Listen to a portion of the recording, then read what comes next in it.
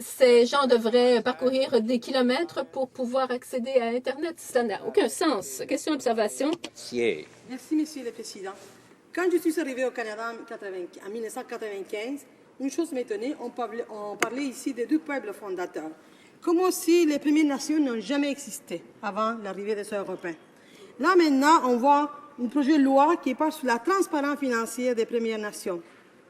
On vous dit quoi? On vous dit que si on fait une loi sur la transparence parce qu'il n'y en a pas de transparence, je sens encore les mêmes messages que j'ai reçus en 1995.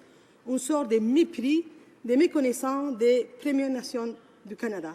J'aimerais que ma collègue, Monsieur le Président, puisse me parler sur ce sentiment de préjugés que nous avons vers les Premières Nations. Le député d'Algoma, Manitoulin, Kapuskasing. De ma collègue. Et puis, quand ça vient à la transparence, écoute, c'est les Premières Nations qui ont plus de rapports, qui donnent plus de rapports à ce gouvernement ici qu'aucune autre organisation, qu'aucun autre gouvernement. Alors, il y a beaucoup, beaucoup de transparence quand ça vient à les Premières Nations. Mr. Speaker, I just want... Monsieur le Président, j'aimerais, en terminant, ajouter les remarques du grand chef qui a dit, quand il a écrit au premier ministre, qu'il n'y a aucune conclusion à tirer de la loi qui a été présentée. Pas seulement ceci, mais d'autres mesures législatives concernant les Premières Nations.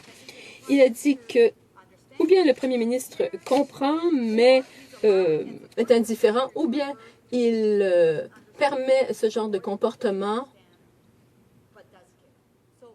ou bien il comprend de quoi il s'agit et il est indifférent. Resuming debate.